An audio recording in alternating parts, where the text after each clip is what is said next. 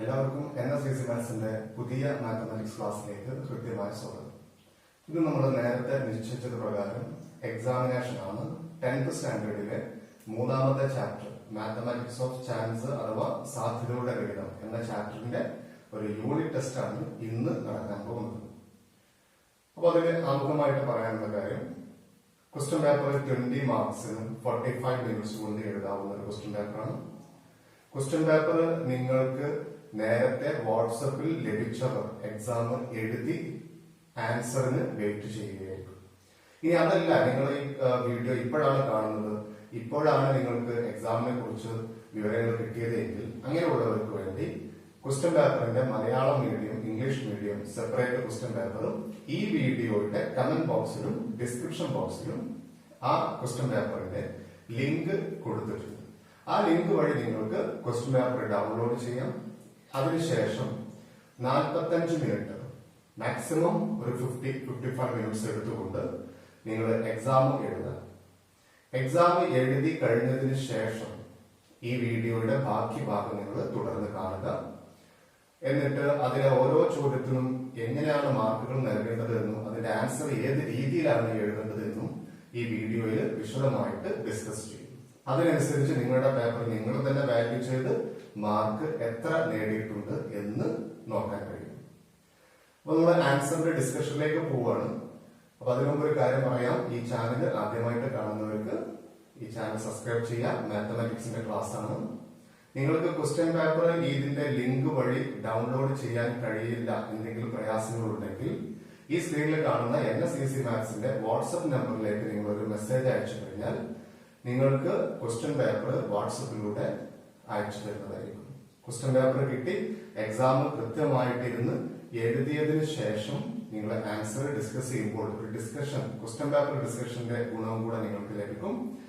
ഇതിന്റെ ക്വസ്റ്റ്യൻ പേപ്പറിന്റെ പ്രത്യേകത, ഇതിൽ 45 മിനിറ്റ് കൊണ്ട് 20 മാർക്സിന്റെ ക്വസ്റ്റ്യൻ പേപ്പറാണ്. ആദ്യത്തെ 5 ചോദ്യങ്ങൾ 3 മാർക്കിന്റെ ക്വസ്റ്റ്യൻസ് ആണ്. അതിൽ ഏതെങ്കിലും 4 ആൻസർ എഴുതേണ്ടത്.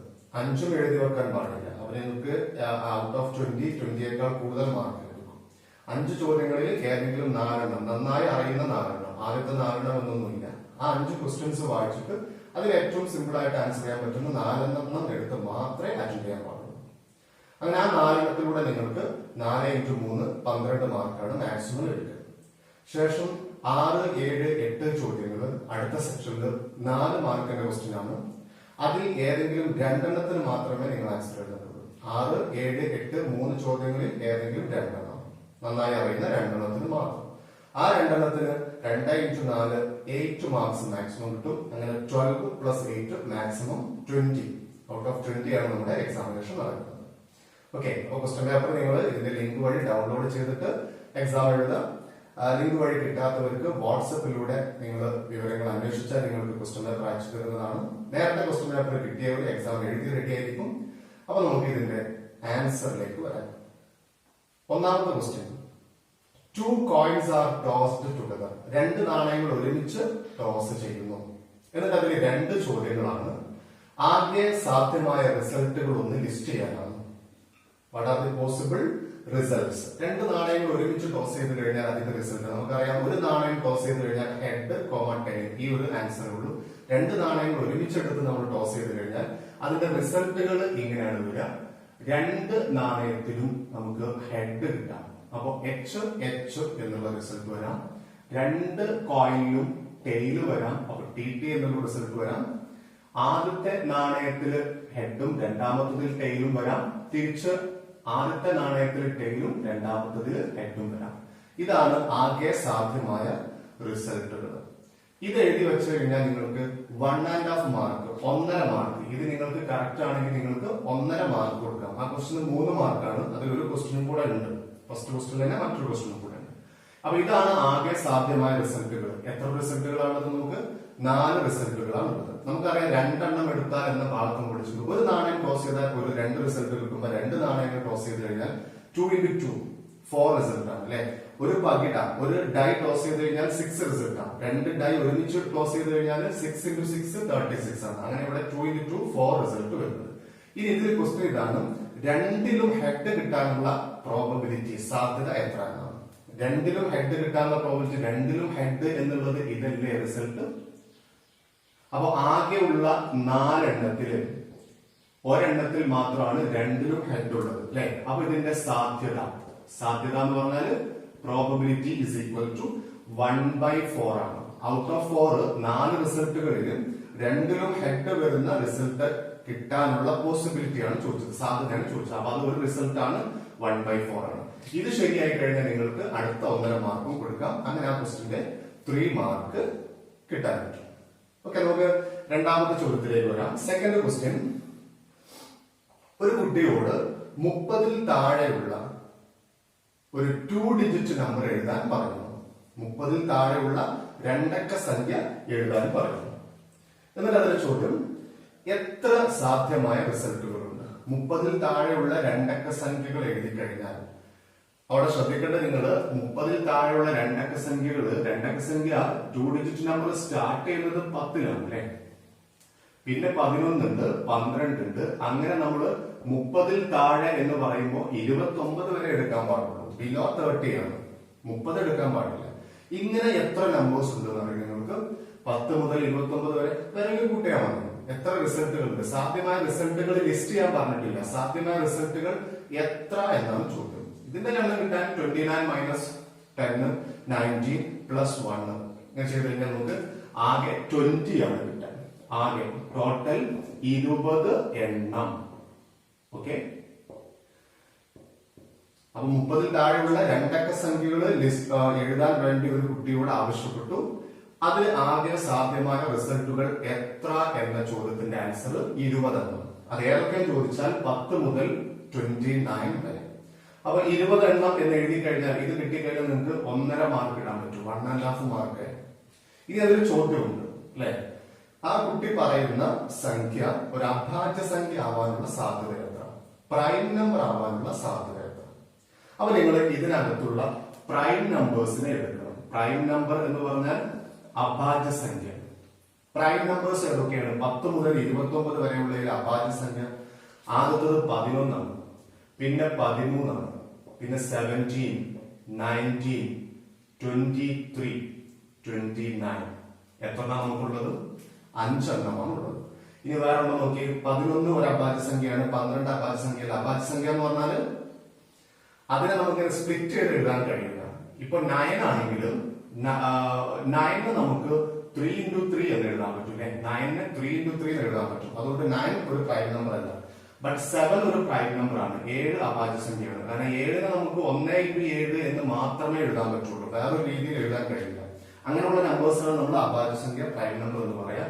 അപ്പൊ 11 ഉണ്ട്, പിന്നെ 13 ഉണ്ട്. 13 കഴിഞ്ഞാൽ 14 15 16 ഒന്നും പ്രൈം നമ്പർ അല്ല. 17 ആണ് അടുത്ത് വരുന്നത്. 18 ഇല്ല, 19 ഒരു പ്രൈം നമ്പറാണ്, അഭാജ്യ സംഖ്യയാണ്. 20 21 22 ഇതൊന്നും അഭാജ്യ സംഖ്യയല്ല. 23 ആണ് അടുത്തത്. പിന്നെ 24 25 26 27 28 ഇതൊന്നും അഭാജ്യ സംഖ്യയല്ല. 29 ഒരു അഭാജ്യ സംഖ്യ. അപ്പൊ ഇവിടെ പ്രൈം നമ്പേഴ്സ് 1 2 3 4 5 6. ഓക്കെ, അപ്പൊ ഈ 6 എണ്ണം ഈ പ്രൈം നമ്പർ കിട്ടാനുള്ള സാധ്യത, ആ കുട്ടി എഴുതുന്ന സംഖ്യ പ്രൈം നമ്പർ അഭാജ്യ സംഖ്യ ആവാനുള്ള സാധ്യത ആകെ 20 എണ്ണം ഉണ്ട്. ആ 20 എണ്ണത്തിൽ 6 എണ്ണം. അപ്പൊ നമുക്ക് എത്ര നമ്മൾ സാധ്യത എഴുതാം? 6/20.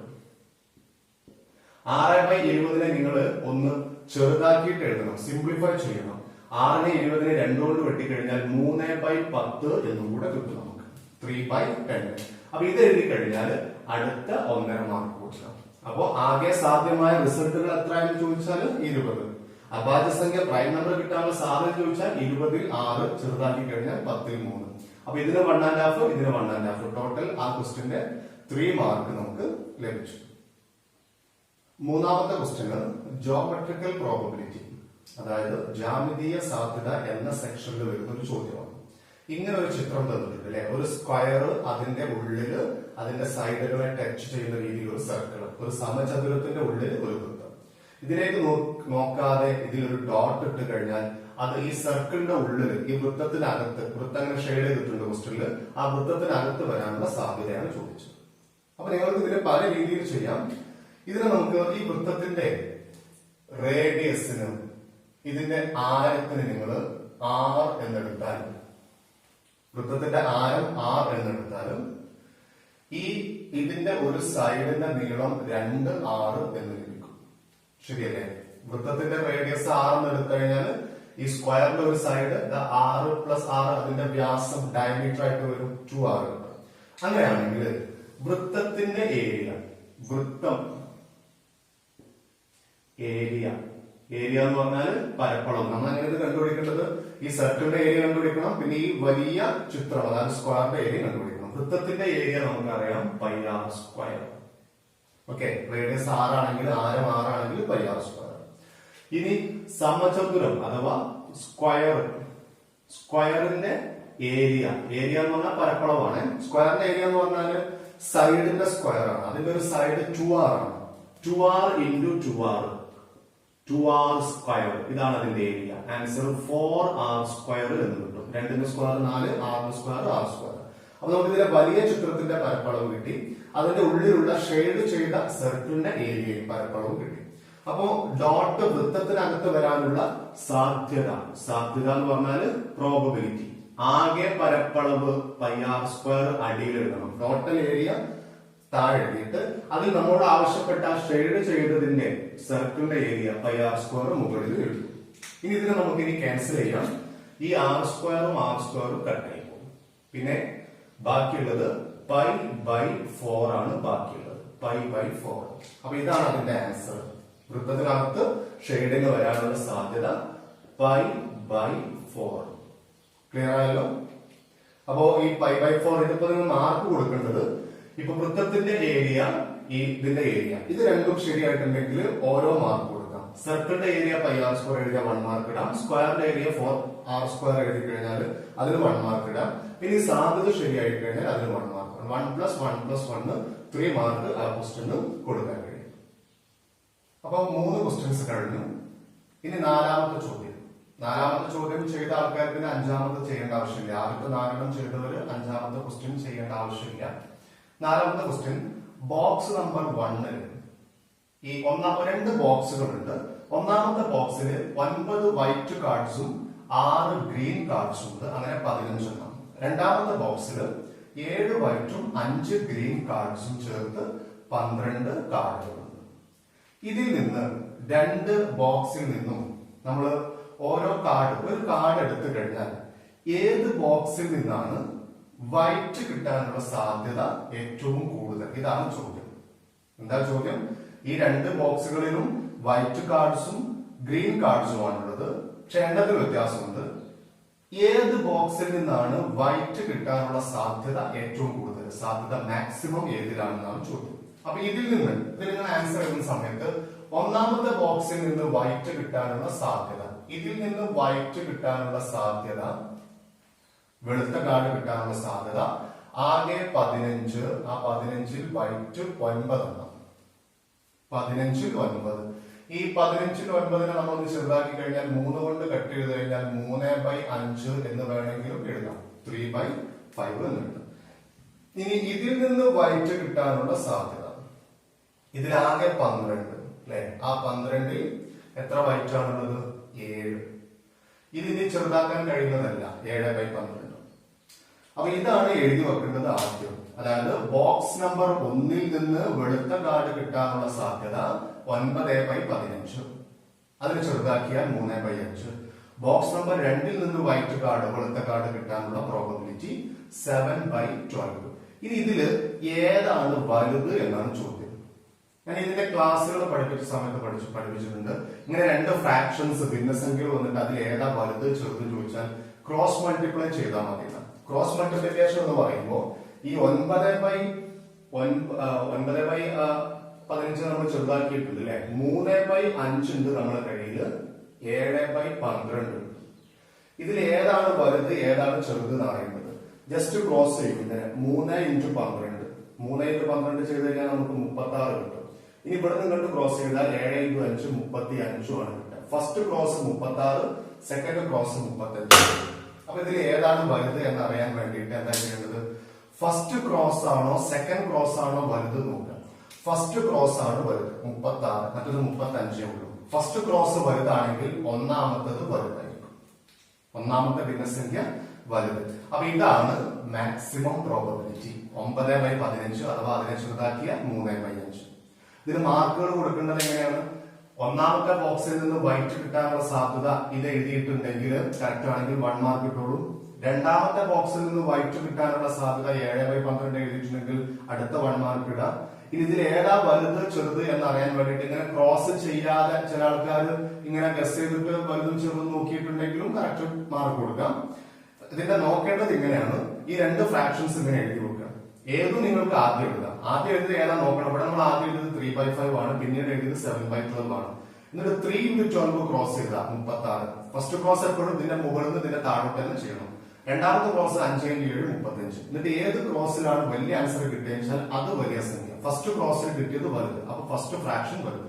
ഇനി ഫസ്റ്റ് ക്രോസിൽ ചെറിയ ആൻസറെ കിട്ടിയതെങ്കിൽ ഫസ്റ്റത്തെ നമ്പർ ചെറുതായിരിക്കും, അപ്പൊ രണ്ടാമത്തെ ആയിക്കോടെ വലുത്. അപ്പൊ ഇവിടെ മാക്സിമം ഉള്ളത് 3/5 ആണ്. അപ്പൊ വൈറ്റ് കിട്ടാനുള്ള സാധ്യത ഏത് ബോക്സിൽ നിന്നാണ് ചോദിച്ചാൽ ഒന്നാമത്തെ ബോക്സിൽ നിന്നാണ് വൈറ്റ് കിട്ടാനുള്ള സാധ്യത കൂടുതൽ എന്ന് എഴുതി വെക്കണം. അപ്പോഴാണ് അടുത്ത 1 മാർക്ക് ഇടുക, 3 മാർക്ക്. അടുത്ത ചോദ്യം നോക്കാം നമുക്ക്. അഞ്ചാമത്തെ ചോദ്യം, അതായത് 4 മാർക്കിന്റെ സെക്ഷനിലെ അവസാനത്തെ ചോദ്യം. ശ്രദ്ധിക്കണം, ആദ്യത്തെ 4 ക്വസ്റ്റ്യൻ ആൻസർ അറ്റൻഡ് ചെയ്തവർ അഞ്ചാമത്തത് അറ്റൻഡ് ചെയ്യാൻ പാടില്ല. അഞ്ചാമത്തത് ഓപ്ഷൻ ആണ്. ഇനി അതല്ലെങ്കിൽ ആദ്യത്തെ 4 ഏതെങ്കിലും ചെയ്യാതെ പ്രയാസമായി ഒഴിവാക്കിയവർക്ക് അഞ്ചാമത്തത് ചെയ്തിട്ട് മാർക്ക് നേടാൻ പറ്റും. ഇങ്ങനെ സംഖ്യകൾ കൊടുത്തിട്ടുണ്ട് അല്ലെ. ഈ നമ്പേഴ്സിൽ നിന്ന് ഒരു നമ്പർ തെരഞ്ഞെടുക്കുന്നു. One number is chosen from these given numbers. ഈ തന്നിട്ടുള്ള സംഖ്യയിൽ നിന്നും ഒരു സംഖ്യ നമ്മൾ തെരഞ്ഞെടുക്കുന്നു. നമ്മൾ തെരഞ്ഞെടുക്കുന്ന സംഖ്യ 3ന്റെ ഗുണിതമാകാനുള്ള സാധ്യത എത്ര എന്നാണ് ചോദ്യം. 3ന്റെ ഗുണിതം സിമ്പിൾ ആയിട്ടുള്ള ക്വസ്റ്റ്യൻ ആണ് അല്ലെ. അപ്പൊ ഇതില് ആകെ ടോട്ടൽ എത്ര ഉണ്ട്, ആകെ എത്ര സംഖ്യകളുണ്ട് എന്ന് കൗണ്ട് ചെയ്താൽ 1 2 3 4 5 6 7 8 ആകെ 8 ആണ്. 3ന്റെ ഗുണിതം, 3ന്റെ ഗുണിതങ്ങൾ എന്ന് പറഞ്ഞാൽ മൾട്ടിപ്പിൾസ് ആണ്. Multiples of 3. 3ന്റെ ഗുണിതങ്ങൾ ഇതിൽ ഏതൊക്കെയാണ്? 12 3ന്റെ ഗുണിതമാണ് അല്ലെ, 12 ഉണ്ട്. പിന്നെ 15 3ന്റെ ഗുണിതമാണ്. 16 ഇല്ല, 20 ഇല്ല, 25 ഇല്ല, 27 3ന്റെ ഗുണിതമാണ്. 30 ഒരു 3ന്റെ ഗുണിതമാണ്. അപ്പൊ 3ന്റെ ഗുണിതം എത്രണ്ണമാണ്? 4 എണ്ണം. 4 നമ്പേഴ്സ്, 4 എണ്ണം. അപ്പൊ ഇതില് ഇനി 3ന്റെ ഗുണിതം കിട്ടാനുള്ള സാധ്യതയാണ് ചോദിച്ചത് അല്ലെ. സാധ്യത എന്ന് പറയുമ്പോൾ probability of getting A multiple of 3 എത്രയാണ് വരിക? ആകെ 8, അതിൽ 4 എണ്ണം ചെറുതാക്കിയാൽ 1/2. ഓക്കെ, അപ്പോ ആകെ 8 1 മാർക്കിന്റെ സ്ഥലമായി. പിന്നെ 3ന്റെ ഗുണിതങ്ങളുടെ എണ്ണം കിട്ടിയത് 4 എണ്ണം, അതിന് 1 മാർക്കിന്റെ സ്ഥലമായി. ഇനി സാധ്യത കണ്ടു 1 മാർക്ക്. അപ്പൊ 3 മാർക്ക് കൊടുക്കാനുള്ള സ്ഥലങ്ങൾ കണ്ടോ നിങ്ങൾ. ആകെ എണ്ണം നമുക്ക് വേണമല്ലോ 8. പിന്നെ ഇതിൽ 3ന്റെ ഗുണിതങ്ങളായിട്ട് വരുന്നത് 4 എണ്ണം. സാധ്യത 4/8 അഥവാ 1/2. അപ്പൊ 4 മാർക്കിന്റെ സെക്ഷൻ കഴിഞ്ഞു. 4 മാർക്കിന്റെ സെക്ഷൻ ആദ്യത്തെ 5 ചോദ്യം. 5 ചോദ്യത്തിൽ ഏതെങ്കിലും 4 ആൻസർ എഴുതാവൂ. 4 ആൻസർ എഴുതി 4 കറക്റ്റ് ആയവർക്ക് 12 മാർക്ക് കിട്ടും. 5 എഴുതി വെച്ചവർക്ക് മാർക്ക് ഏറെ ആയിപ്പോവും. 20 20നേക്കാൾ വലിയ മാർക്ക് കിട്ടും. ഒരിക്കലും 5 എഴുതി നമ്മുടെ മാത്തമാറ്റിക്സിലെ പബ്ലിക് എക്സാം ഇങ്ങനെയാണ്. 4 സെക്ഷൻ നമുക്ക് ക്വസ്റ്റ്യൻ ഉണ്ട്. 2 മാർക്കിന്റെ, 3 മാർക്കിന്റെ, 4 മാർക്കിന്റെ, 5 മാർക്കിന്റെയും സെക്ഷൻസ് ആയിട്ട് ഡിവൈഡ് ചെയ്ത ക്വസ്റ്റ്യൻ പേപ്പർ. അവസാനത്തെ ഒരു ചോദ്യം 6 മാർക്കിന് ഓപ്ഷൻ ഒന്നും ഇല്ലാത്തതുണ്ട്. നമുക്ക് കുറച്ച് കഴിഞ്ഞൊക്കെ പരിചയപ്പെടാം പബ്ലിക് എക്സാം ക്വസ്റ്റ്യൻ പേപ്പർ. അപ്പൊ ഇങ്ങനെ ഓപ്ഷൻസ് എഴുതി ശീലിക്കണം. 5 എണ്ണത്തിൽ 4 ആൻസർ എഴുതാം. 4 കറക്റ്റ് ആയവർക്ക് 12 മാർക്ക് കിട്ടിയിട്ടുണ്ടാവും. എവിടെയെങ്കിലും മിസ്റ്റേക്ക് ഉള്ളവർക്ക് അതിനനുസരിച്ച് കുറഞ്ഞിട്ടുണ്ടാവും. ഇനി നമ്മള് 4 മാർക്കിന്റെ അവസാനത്തെ സെക്ഷനിലേക്ക് പോവാം. അടുത്ത ക്വസ്റ്റ്യൻ, 6ാമത്തെ ക്വസ്റ്റ്യൻ. 4 മാർക്കിന്റെ സെക്ഷനിലെ ആദ്യത്തെ ചോദ്യം. ഒരു ബോക്സിൽ ആകെ 27 ബോളുകളുണ്ട്, ബോൾസ് ഉണ്ട്. അതിൽ കുറച്ചെണ്ണം വൈറ്റും കുറച്ചെണ്ണം റെഡും ആണ്. എത്രണ്ണാണെന്ന് അറിയില്ല. ഇതിൽ നിന്ന് ഒരു ബോൾ സെലക്ട് ചെയ്ത സമയത്ത് വൈറ്റ് കിട്ടാനുള്ള സാധ്യത 1/3 ആണ്. പുസ്തകത്തിൽ തന്നിട്ടുള്ളതാണ്. വൈറ്റ് കിട്ടാനുള്ള സാധ്യത 1/3 ആണ്. എങ്കിൽ അതിലെ ആദ്യത്തെ ചോദ്യം, ഇതിൽ ആകെ എത്ര വൈറ്റ് ബോൾസ് ഉണ്ട്? ചില കുട്ടികൾക്ക് കൺഫ്യൂഷൻ ഉണ്ടാവാറുണ്ട്. വൈറ്റ് കിട്ടാനുള്ള സാധ്യത 1/3 ആണെങ്കിൽ ആകെ 3ഉം വൈറ്റിന്റെ എണ്ണം 1 ആണ് അല്ലെ. വൈറ്റിന്റെ എണ്ണം 1 ആണ്. പക്ഷെ ഒന്നല്ല, ഇത് സാധ്യത നമ്മുടെ പ്രോബിലിറ്റി റെഡ്യൂസ് ചെയ്ത് എഴുതിയ ആൻസർ ആണ്. ഇതിന്റെ ഒറിജിനൽ അല്ല, അത് ഇതിന്റെ റെഡ്യൂസ് ചെയ്താണ്, ചുരുക്കി എഴുതിയതാണ്. അപ്പൊ യഥാർത്ഥത്തിൽ എത്ര വൈറ്റ് ബോൾസ് ഉണ്ട്? ഇത് നമുക്കറിയാം. ആകെ എണ്ണമാണല്ലോ അടിയിൽ എഴുതാം. പക്ഷെ ആകെ എണ്ണം 27 അല്ലേ, 3 അല്ലല്ലോ. അപ്പൊ ഈ ഫ്രാക്ഷൻ നമുക്ക്, ഈ വൈറ്റിന്റെ സാധ്യതയെ നമുക്ക് 1/3 എന്നുള്ളതിന് നമുക്ക് ആകെയുള്ള എണ്ണം 27 എത്രയാണ് എന്ന് എഴുതണം. 27 ആക്കണം അടിയിൽ. അടിയിൽ 27 ആക്കുന്ന സമയത്ത് ഇവിടെ ഒരു 9 കൊണ്ട് ഗുണിക്കുമ്പോഴാണ് അടിയിൽ 27 ആവും അല്ലെ. അപ്പൊ 27 ആണല്ലോ ആകെ ബോളുകൾ. അതിൽ എത്ര വൈറ്റ് ഉണ്ടെന്നാണ്. അടിയിൽ 9 കൊണ്ട് ഗുണിച്ചാൽ മേലെയും 9 കൊണ്ട് ഗുണിക്കണം. അപ്പൊ മേലെ നമുക്ക് 9 കിട്ടും. അപ്പൊ ഇതിന്റെ ശരിക്ക് ഇത് എത്രയാണ്? ആകെയുള്ള 27ൽ 9 എണ്ണം വൈറ്റ്. 27ൽ 9, 9 out of 27, 9/27. ഈ 9/27 റെഡ്യൂസ് ചെയ്യുമ്പോഴാണ് 3 കൊണ്ട് റെഡ്യൂസ് ചെയ്ത് നോക്കിയാൽ നിങ്ങൾ 3 കൊണ്ടല്ല 9 കൊണ്ട് റെഡ്യൂസ് ചെയ്ത് നോക്കി. 9ൽ 9 ഒരു പ്രാവശ്യം, 27ൽ 9 3 പ്രാവശ്യം. കണ്ടോ? അങ്ങനെയാണ് ഈ ആൻസർ നമുക്ക് കിട്ടുന്നത്. അപ്പോ ഇതിനെ റെഡ്യൂസ് ചെയ്യുന്നതിന് മുമ്പുള്ളത് ശരിക്ക് 27ൽ 9. അപ്പൊ ചില ആൾക്കാർക്ക് സംശയം എങ്ങനെ 27ൽ ആക്കുന്നതിന് എന്തിനു വേണ്ടിയിട്ടാണ്? കാരണം ആകെ ബോൾ 27 എണ്ണമാണ്. അപ്പൊ 27ൽ ആക്കുമ്പോൾ അതിനനുസരിച്ച് ന്യൂമറേറ്ററിന് മുകളിൽ 9 ആണ്. അപ്പൊ വൈറ്റിന്റെ എണ്ണം, നമ്പർ ഓഫ് വൈറ്റ്, വെള്ള ബോളുകളുടെ എണ്ണം 9 ആണ്. അപ്പൊ 9 വെള്ള ബോളുകൾ ഉണ്ട് എന്ന് മനസ്സിലായി. അപ്പൊ അവിടെ റെഡ് എത്ര ഉണ്ടെന്ന് ചോദിച്ചാൽ എത്ര ആയിരിക്കും ഉണ്ടാവാം? 27ൽ 9 കഴിച്ചു കഴിഞ്ഞാൽ ബാക്കി 18 എണ്ണം റെഡ് ആയിരിക്കും. റെഡ് നമ്മോട് ചോദിച്ചിട്ടില്ല. ഓക്കെ, അപ്പോ വൈറ്റ് ബോൾസിന്റെ എണ്ണം കിട്ടി. ഇനി അതിലൊരു ചോദ്യം ഉണ്ടല്ലോ, 2 മാർക്ക് കൊടുക്കാനുള്ള സമയമായി. 4 മാർക്കായി ചോദ്യത്തിന് ഈ ആൻസർ കറക്റ്റ് ആയാൽ 2 മാർക്ക് കൊടുക്കും. ഇനി അടുത്ത ചോദ്യത്തിന് ഈ ബോക്സിലേക്ക് 2 വൈറ്റ് ബോളും ഒരു റെഡ് ബോളും, രണ്ട് റെഡ് ബോൾസും ഒരു വൈറ്റ് ബോളും ഇതിലേക്ക് ആഡ് ചെയ്യും. We put 2 red and 1 white. 2 ചുവന്ന പന്തുകളും ഒരു വെള്ള പന്തും ഈ ബോക്സിലേക്ക് എക്സ്ട്രാ ആഡ് ചെയ്യണം. അങ്ങനെ ആഡ് ചെയ്യുകയാണെങ്കിൽ നമുക്ക് വൈറ്റിന്റെ എണ്ണം 9ലേക്ക് ഒരെണ്ണം കൂട്ടിയിട്ട് 10, റെഡിന്റെ എണ്ണം 18ലേക്ക് 2 എണ്ണം കൂടെ കൂട്ടിയിട്ട് 20 അല്ലെ. ഒരു വൈറ്റും 2 റെഡും ഇതിലേക്ക് എക്സ്ട്രാ ആഡ് ചെയ്ത് കഴിഞ്ഞാൽ ഇങ്ങനെ വരാം. ടോട്ടൽ എത്ര ബോൾസ് ഉണ്ടാവും? ടോട്ടൽ 30. ഓക്കെ, ഇനി ഇതിൽ നിന്ന് ഒരു ബോൾ എടുത്താൽ അത് വൈറ്റ് ആവാനുള്ള സാധ്യത. ഇനി ഇതിൽ നിന്ന് ഒരു പന്ത് എടുത്തു കഴിഞ്ഞാൽ അത് വെളുത്തതാകാനുള്ള സാധ്യത. എത്രയാ വൈറ്റിന്റെ സാധ്യത? ഇനി ഇതിൽ നിന്ന് വെള്ള പന്ത് എടുത്തു കഴിഞ്ഞാൽ, അല്ല ഒരു പന്ത് എടുത്തു കഴിഞ്ഞാൽ അത് വൈറ്റ് ആവാനുള്ള സാധ്യത. വൈറ്റിന്റെ എണ്ണം 10, ആകെ എണ്ണം 30. 30/10, 30/10നെ പൂജ്യങ്ങൾ വെട്ടി ചെറുതാക്കി കഴിഞ്ഞാൽ നമുക്ക് 1/3. നേരത്തെ അതേ സാധ്യത തന്നെ കിട്ടുന്നത് ഇവിടെ അല്ലെ. അപ്പൊ ഇതാണ് അടുത്ത ചോദ്യത്തിന്റെ ആൻസർ. ഇതിന് 2 മാർക്ക്, ഇതിന് 2 മാർക്ക്, 2+2 4 മാർക്ക് കൊടുക്കുക. ഇതിന്റെ കാര്യം മനസ്സിലായല്ലോ. ആകെ ബോളുകളുടെ എണ്ണം 27, അതിൽ വൈറ്റ് കിട്ടാനുള്ള സാധ്യത 1/3 ആയതുകൊണ്ട് അതിന് 27ൽ ആക്കി മാറ്റാൻ വേണ്ടി 9 കൊണ്ട് 9 കൊണ്ട് താഴത്തും മുകളിലും കുടിച്ചു. അങ്ങനെ 27ൽ 9 കിട്ടിയാൽ വൈറ്റിന്റെ എണ്ണം 9. വൈറ്റ് 9 ആണെങ്കിൽ റെഡ് പിന്നെ 18 എണ്ണം 27ന് 9 കുറച്ചിട്ട്. അപ്പോ 9 വൈറ്റ് ബോൾ എന്ന് കിട്ടിക്കഴിഞ്ഞാൽ ആദ്യത്തെ ക്വസ്റ്റ്യൻ ആൻസർ ആയി. ഇനി ഈ ബോക്സിലേക്ക് 2 റെഡ് ചേർക്കുന്നു, 2 റെഡ് ചേർത്തു, ഒരു വൈറ്റും എക്സ്ട്രാ ചേർത്ത് കഴിഞ്ഞാൽ വൈറ്റ് 10ഉം റെഡ് 20 ആകും. ടോട്ടൽ 30 വരും. ഇനി ഇതിൽ ഒരു ബോൾ എടുത്താൽ വൈറ്റ് കിട്ടാനുള്ള സാധ്യത 1/3 ആണ്. 10/30നെ ചെറുതാക്കി എഴുതുക. ഇതിന് 2 മാർക്ക്, ഇതിന് 2 മാർക്ക്, 4 മാർക്ക്. 4 മാർക്കിന്റെ സെക്ഷനിലെ രണ്ടാമത്തെ ചോദ്യം, അതായത് ക്വസ്റ്റ്യൻ പേപ്പറിലെ 7ാമത്തെ ക്വസ്റ്റ്യൻ. ഇത് വളരെ പ്രധാനപ്പെട്ടതാണ്, പല എക്സാമിനും വരാറുണ്ട്. 10A ക്ലാസ്സിൽ 10A ക്ലാസ്സിൽ 20 boys and 20 girls. 10th D സ്റ്റാൻഡേർഡിൽ 25 boys and 20 girls. ഈ 2 ക്ലാസ്സിൽ നിന്നും ഓരോ കുട്ടിയെ തിരഞ്ഞെടുക്കണം. 2 ക്ലാസ്സിൽ നിന്നും ഓരോ കുട്ടിയെ തിരഞ്ഞെടുക്കുന്നു. ഒന്നാമത്തെ ചോദ്യം, ആകെ സാധ്യമായ ജോഡികളുടെ എണ്ണം എത്ര? പെയേഴ്സിന്റെ എണ്ണം എത്ര? ഇതിന്ന് ഒരാളും എടുത്ത 2 ആളായില്ലേ. അപ്പൊ എത്ര ജോഡികൾ കിട്ടുമെന്നാണ്. ജോഡികൾ ഏതൊക്കെയാണ് എഴുതണ്ട, ഒരുപാട് ഉണ്ടാവും. ജോഡികളുടെ എണ്ണം, ആകെ ജോഡികളുടെ എണ്ണമാണ് ചോദിച്ചത് ഒന്നാമത്തെ ക്വസ്റ്റ്യൻ. അപ്പൊ ഒന്നാമത്തെ ക്വസ്റ്റ്യന്റെ ആൻസർ ടോട്ടൽ എങ്ങനെയാണെന്ന് കണ്ടുപിടിക്കാം. ഇതിൽ നിന്ന് ഒരാളെ തെരഞ്ഞെടുത്താൽ, ഈ ക്ലാസ്സിൽ നിന്ന് ഒരാളെ സെലക്ട് ചെയ്ത് കഴിഞ്ഞാൽ 40 റിസൾട്ട് ഉണ്ട്.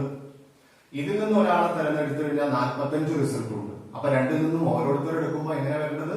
40 × 45, 40 × 45. എത്ര 40 × 45 വരാം? 1800. ആകെ റിസൾട്ടുകൾ 1800. ഇത്രയും ശരിയായ നിങ്ങൾക്ക് നോക്കി 1 മാർക്ക് കിട്ടുള്ളൂ.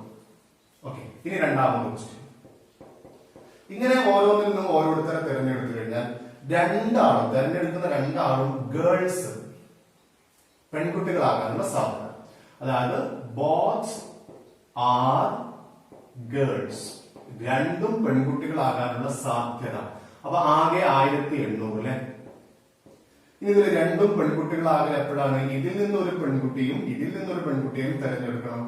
അപ്പൊ ഇതിൽ നിന്ന് പെൺകുട്ടികളുടെ എണ്ണം 20, ഇതിലെ പെൺകുട്ടികളുടെ എണ്ണം 20. അപ്പൊ ഇതിൽ നിന്നും ഓരോ പെൺകുട്ടികളെ തെരഞ്ഞെടുക്കുന്ന എണ്ണം 20 × 20 മുകളിൽ.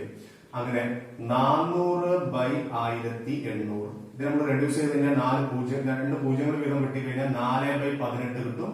4/18 നമ്മൾ ഒന്നുകൂടെ റെഡ്യൂസ് ചെയ്ത് കഴിഞ്ഞാൽ 2 കൊണ്ട് കട്ട് ചെയ്ത് കഴിഞ്ഞാൽ 2/9 കിട്ടും. 2/9. അടുത്ത ഒരു മാർക്ക് കൊടുക്കാനായി.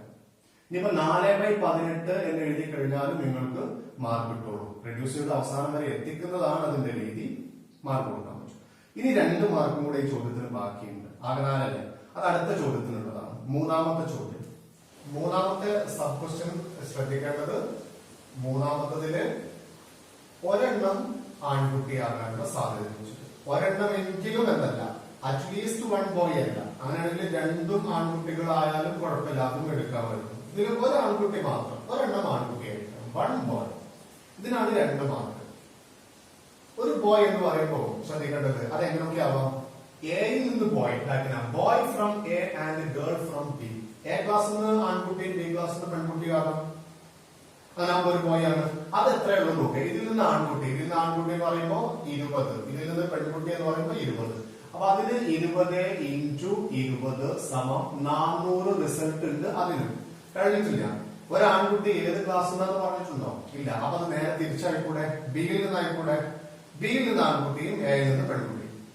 ബിയിൽ നിന്ന് ആൺകുട്ടി, boy from B and girl from A. അതൊക്കെയാണ് ബിയിൽ നിന്ന് ആൺകുട്ടി എന്ന് പറയുമ്പോൾ 25, എയിൽ നിന്ന് പെൺകുട്ടി എന്ന് പറയുമ്പോൾ 20. അപ്പൊ 25 × 20 = 500. അപ്പോ ഈ പറഞ്ഞ റിസൾട്ട് ഒരു ആൺകുട്ടി എന്നത് 2 കേസിൽ വരാം. എയിൽ നിന്ന് ആൺകുട്ടിയും ബിയിൽ നിന്ന് പെൺകുട്ടിയും 400 റിസൾട്ട് ഉണ്ട്. ബിയിൽ നിന്ന് ബോയും എയിൽ നിന്ന് ഗേളും 500 റിസൾട്ട് ഉണ്ട്. അപ്പൊ ആകെ എത്ര ഉണ്ട്? ആകെ നമുക്ക് 900 റിസൾട്ട് ആയിരുന്നു. ഇത് 1800 ഇട്ടിട്ടാണ് നമ്മൾ സാധ്യതകൾ കൂടിയത്. അപ്പൊ എത്ര സാധ്യത? ഒരു ആൺകുട്ടിയെ കിട്ടാനുള്ള സാധ്യത 1800 ൽ 900/1800. 2 പൂജ്യങ്ങൾ വെട്ടാം നമുക്ക്. അപ്പൊ നമുക്ക് 9/18 കിട്ടും. അതിനെ ചെറുതാക്കി കഴിഞ്ഞാൽ 1/2 കിട്ടും. അതായത് പകുതിയാണ് സാധ്യത അല്ലെ, 1/2 ആണ്. ഇതില് അറ്റ്ലീസ്റ്റ് 1 ബോയ് എന്നാ പറഞ്ഞതെങ്കിൽ, ഒരു ആൺകുട്ടിയെങ്കിലും എന്നാ പറഞ്ഞതെങ്കിൽ 2 ആൺകുട്ടികളുള്ള റിസൾട്ടും കൂടെ ഇതിലേക്ക് ചെയ്യും. അതായത് 2 ആൺകുട്ടികളുള്ള 20, ഒരു 25, ഒരു 500 കൂടെ എക്സ്ട്രാ ഇതില് മേലെ ആഡ് ചെയ്യാൻ പറ്റും. ഇത് അതില്ല, പ്രത്യേകം ശ്രദ്ധിക്കണം. അപ്പൊ ഇതിന് 2 മാർക്ക് കൊടുക്കാം. ആദ്യത്തെ 2 സബ് ക്വസ്റ്റ്യൻസിന് 1 മാർക്കും ഈ മൂന്നാമത്തെ സബ് ക്വസ്റ്റ്യന് 2. അങ്ങനെ 4 മാർക്ക് ഇട്ട് കൊടുക്കാം. അവസാനത്തെ ചോദ്യം, 8ാമത്തെ ക്വസ്റ്റ്യൻ. അപ്പൊ ശ്രദ്ധിക്കേണ്ടത് 6, 7, 8 3 ചോദ്യങ്ങളിൽ ഏതെങ്കിലും 2 ആൻസർ എഴുതാവും. അപ്പൊ 6, 7 അറ്റൻഡ് ചെയ്ത ആൾക്കാർ 8ാമത് അറ്റൻഡ് ചെയ്തിട്ട് മാർക്ക് ഇടാൻ പാടില്ല. 8ാമത്തെ ചോദ്യം, 2 ബോക്സുകളിൽ ഓരോന്നിലും 1 മുതൽ 5 വരെയുള്ള എണ്ണൽ സംഖ്യകളുണ്ട്. Natural numbers from 1 to 5 paper സ്ലിപ്പുകളിൽ ഇട്ടിട്ടുണ്ട്. ഒന്നാമത്തെ ബോക്സിൽ 1 ഉണ്ട്, 2 ഉണ്ട്, 3 ഉണ്ട്, 4 ഉണ്ട്, 5 ഉണ്ട്. അതേപോലെ രണ്ടാമത്തെ ബോക്സിലുണ്ട്. ഇതിൽ 2ൽ നിന്നും ഓരോരുത്തരെ എടുക്കുന്നു. പേരാണ്. ഇതിൽ നിന്ന് ഒരെണ്ണം എടുക്കുന്നു. ഇതിലാകെ 5 ആൾക്കാരുണ്ട്. ഇതിലാകെ 5 ആൾക്കാരുണ്ട്. ഇതിലും 5 നമ്പേഴ്സ് ഉണ്ട്. 2ൽ നിന്നും ഓരോന്ന് എടുത്തു കഴിഞ്ഞാൽ ആകെ സാധ്യമായ സംഖ്യാ ജോഡികൾ എഴുതുക. ആകെ സാധ്യമായ എണ്ണം എത്ര വരിക? ഇതിൽ നിന്ന് ഒരെണ്ണം എടുത്താൽ 5 റിസൾട്ട്, ഇതിൽ നിന്ന് ഒരെണ്ണം എടുത്താൽ 5 റിസൾട്ട്, 5 × 5 25 റിസൾട്ട് ഉണ്ടാവും. അതൊക്കെ ലിസ്റ്റ് ചെയ്യാനാണ് ചോദ്യം. 25 എണ്ണം എഴുതിയാൽ പോരാ. അപ്പൊ അത് ലിസ്റ്റ് ചെയ്യാണ് ആദ്യത്തെ ചോദ്യം, സബ് ക്വസ്റ്റ്യൻ 1. അപ്പൊ ഏതൊക്കെ ജോഡികളാ വരിക? ഇതിൽ നിന്ന് 1, ഇതിൽ നിന്ന് 1. Then 1 and 2, 1 and 3, 1 and 4, 1 and 5. അവിടെ എഴുതിയിട്ടുണ്ട് 5. ഇനി 2 from 1 and 1 from 2. അപ്പോ 2, 1, 2, 2, 2, 3, 2, 4, 2, 5. അങ്ങനെ ഞാൻ ഇവിടെ സ്റ്റാർട്ടിംഗ് അത് ലെങ്ത് ചെയ്തിട്ടുള്ള എക്സെട്രാ കൊടുത്തു. കംപ്ലീറ്റ് എഴുതാൻ വെച്ചു. നിങ്ങൾ എഴുതി നോക്കണേ. ഞാൻ ഇവിടെ ഷോർട്ട് ആക്കി തൽക്കാലം സമയത്തിന് സൗകര്യം ഉണ്ടാവാൻ വേണ്ടി എഴുതി വെച്ചാണ്. ഇനി ഇവിടെ 3, 1, 3, 2, 3, 3, 3, 4, 3, 5 അങ്ങനെ ലാസ്റ്റ് ഇവിടുന്ന് 5, ഇവിടുന്ന് 1, ഇവിടുന്ന് 5, ഇവിടുന്ന് 2, അങ്ങനെ 5 എണ്ണം. ഇതാണ് ആ റിസൾട്ടുകൾ. ഇത് എഴുതി വെക്കുന്നതിന് 2 മാർക്ക് കിട്ടണം. കാരണം ഇതാണല്ലോ കൂടുതൽ. അടുത്ത 2 ക്വസ്റ്റ്യൻ ഇത്ര എഴുതാനില്ല. അപ്പൊ ഇതിന് 2 മാർക്ക്. ഇനി ഇതിന്റെ രണ്ടാമത്തെ ക്വസ്റ്റ്യൻ, 2ഉം സെയിം നമ്പർ ആകാനുള്ള സാധ്യത. ഇങ്ങനെ ഇതിൽ നിന്ന് ഒരെണ്ണോ ഇതിൽ നിന്ന് ഒരെണ്ണോ എടുത്തു കഴിഞ്ഞാൽ 2ഉം തുല്യമാകാനുള്ള സാധ്യത. 2ഉം തുല്യമാകുന്ന റിസൾട്ടുകൾ ഇതൊക്കെയാണല്ലോ. 1, 1 നമുക്ക് പറ്റും. 2, 2 വന്നു കഴിഞ്ഞാൽ 2ഉം തുല്യമാണ്. 3, 3 പറ്റും. 4 പറ്റും, 5 ഇതൊക്കെയാണ് രണ്ടും തുല്യമായ റിസൾട്ടുകൾ. അപ്പൊ ഇതിന്റെ സാധ്യത പ്രോബബിലിറ്റി ആകെ 25 എണ്ണം. ഇതിൽ രണ്ടും തുല്യമായ 1, 2, 3, 4, 5 എണ്ണം. ചെറുതാക്കിയാൽ 1/5 അല്ലെ, 5 കൊണ്ട് 2 വെട്ടി ചെറുതാക്കിയാൽ 1/5. ആൻസർ നോക്കുക, 1 മാർക്ക് കൊടുക്കുക.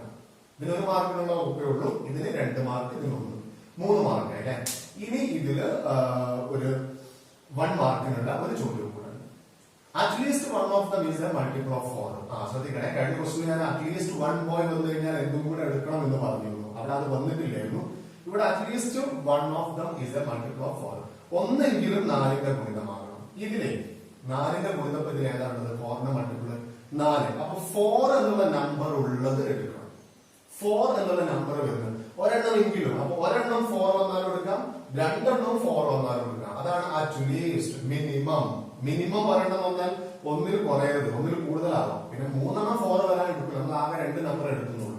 അപ്പൊ ഏതെല്ലാം പറ്റും ചോദിച്ചാൽ ഒരെണ്ണം 4 വരുന്നതാ. ഇത് പറ്റൂല്ലോ, ഇതിൽ ഒരെണ്ണം 4 ഇല്ലേ, 4ന്റെ മൾട്ടിപ്പിൾ ഇല്ലേ. ഇനി ഈ വരിയില് ഒരു 2, 4 വരുന്നില്ലേ, 2, 4, അപ്പൊ അത് പറ്റൂലേ. ഈ വരിയില് ഒരു 3, 1, 3, 2, 3, 3, 3, 4 വരുന്നില്ലേ, അതിൽ ഒരെണ്ണം 4ന്റെ മൾട്ടിപ്പിൾ ഇല്ലേ. ഈ വരിയിൽ ഇത് ഓൾറെഡി ഒരു 4ന്റെ മൾട്ടിപ്പിൾ വന്നതാണ്. ഇനി ഒരെണ്ണം കൂടി ഉണ്ട്, 4, 4 ഉണ്ട്. 4, 4 രണ്ടും 4ന്റെ മൾട്ടിപ്പിൾ ആണ്. അത് പറ്റും, ഒരെണ്ണം എങ്കിലും ആകണം. ഇനി ഇതിലൊരു 5, 4 വരും, അതും എന്താണ്, ഒരെണ്ണം 4ന്റെ മൾട്ടിപ്പിൾ ആണ്. അപ്പൊ 4ന്റെ ഗുണിതങ്ങൾ ഒരെണ്ണമെങ്കിലും വരാനുള്ള സാധ്യത മൂന്നാമത്തെ ക്വസ്റ്റിന്റെ ആൻസർ 4ന്റെ ഗുണിതം ഒരെണ്ണം എണ്ണിക്കൊള്ളേ 1, 2, 3, 4, 5, 6 6 റിസൾട്ടുകൾ ഉണ്ട്. അപ്പൊ അത് 6/25 6/25 ഇത് ശരിയായി കഴിഞ്ഞാൽ 1 മാർക്ക് കൊടുക്കാം. അങ്ങനെ 4 mark total. First sub question ഇതൊക്കെ ലിസ്റ്റ് ചെയ്ത് കഴിഞ്ഞാൽ 2 മാർക്ക്, രണ്ടാമത്തെ ക്വസ്റ്റ്യൻ ആൻസർ 1 മാർക്ക്, മൂന്നാമത്തെ ക്വസ്റ്റ്യൻ ആൻസർ 1 മാർക്ക്. അപ്പൊ നമ്മൾ എല്ലാ ക്വസ്റ്റ്യൻ ആൻസറും ഡിസ്കസ് ചെയ്ത് കഴിഞ്ഞു. ഡൗട്ട് എവിടെയെങ്കിലും വരുന്നുണ്ടെങ്കിൽ വീണ്ടും റിപ്പീറ്റ് ചെയ്തിട്ട് വീഡിയോ കാണുക, എന്നിട്ട് ഒന്നും കൂടെ ക്ലിയർ ചെയ്യാം. അപ്പോ എത്ര മാർക്ക് കിട്ടും നോക്കുക. ആദ്യത്തെ സെക്ഷനിൽ 5 ചോദ്യങ്ങളിൽ 4 മാത്രം ആൻസർ കിട്ടാവും. അത് 4 × 3 12 മാർക്ക്, അതിൽ നിന്ന് മാക്സിമം കിട്ടും. അവസാനത്തെ സെക്ഷനിൽ 3 2 ആൻസർ എഴുതാം, 4 മാർക്ക് വീതം. അത് മുഴുവനായിട്ട് ശരിയാവുകയാണെങ്കിൽ നിങ്ങൾക്ക് 8 മാർക്ക് കിട്ടും. അങ്ങനെ 12 + 8 20. അങ്ങനെ 20 നിങ്ങൾക്ക് എത്ര മാർക്ക് കിട്ടിയെന്ന് നിങ്ങൾ നോക്കുക. ഓക്കെ, 20 കിട്ടിയ മാർക്കിന് നിങ്ങൾ ഇപ്പൊ 20 ഒരാൾക്ക് 18 മാർക്ക് കിട്ടിയിട്ടുണ്ടെങ്കിൽ A+ ആണ് ഗ്രേഡ്, A+. അത് 19 കിട്ടിയാലും 20 കിട്ടിയാലും ഒക്കെ നിങ്ങൾക്ക് A+ കൊടുക്കാം. ഇനി 20 ഒരാൾക്ക് 16 മാർക്ക് ആണെങ്കിൽ A ഗ്രേഡ് ആണ്, A ഗ്രേഡ്. 17 കിട്ടിയാൽ A ഗ്രേഡ്. ഇനി 14 കിട്ടിയതെങ്കിൽ 14 മാർക്സ് ആണെങ്കിൽ നിങ്ങൾക്ക് B+ കൊടുക്കാം, 15 B+ കൊടുക്കാം. 12 ആണ് കിട്ടിയതെങ്കിൽ B ഗ്രേഡ് ഇടാം, 13 B ഗ്രേഡ് ഇടാം.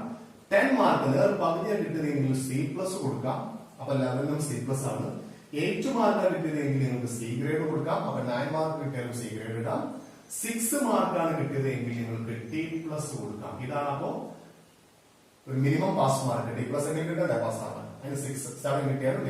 ഇനി അത് 4ഉം 5 ഒക്കെ ആണെങ്കിൽ D ഗ്രേഡ്, അതിന്റെ താഴോട്ട് വന്നാൽ E ഗ്രേഡ്. നമുക്ക് എന്തായാലും പോലെ നിങ്ങൾക്ക് അറിയാം. NSCSC മാത്സിന്റെ സ്റ്റുഡൻസ് ഔട്ട് ഓഫ് 20 തന്നെ വാങ്ങാറുണ്ട്. 19, 18 A+ തന്നെ ധാരാളമായിട്ടുണ്ടാകും. നിങ്ങളുടെ മാർക്ക് നിങ്ങൾ ചെക്ക് ചെയ്യാം. ഒന്നുകൂടെ ശരിയായിട്ട് നിങ്ങൾ പഠിച്ച കാര്യങ്ങൾ ഒന്നുകൂടെ ക്ലിയർ ആയിട്ട് ചെയ്തു നോക്കുക.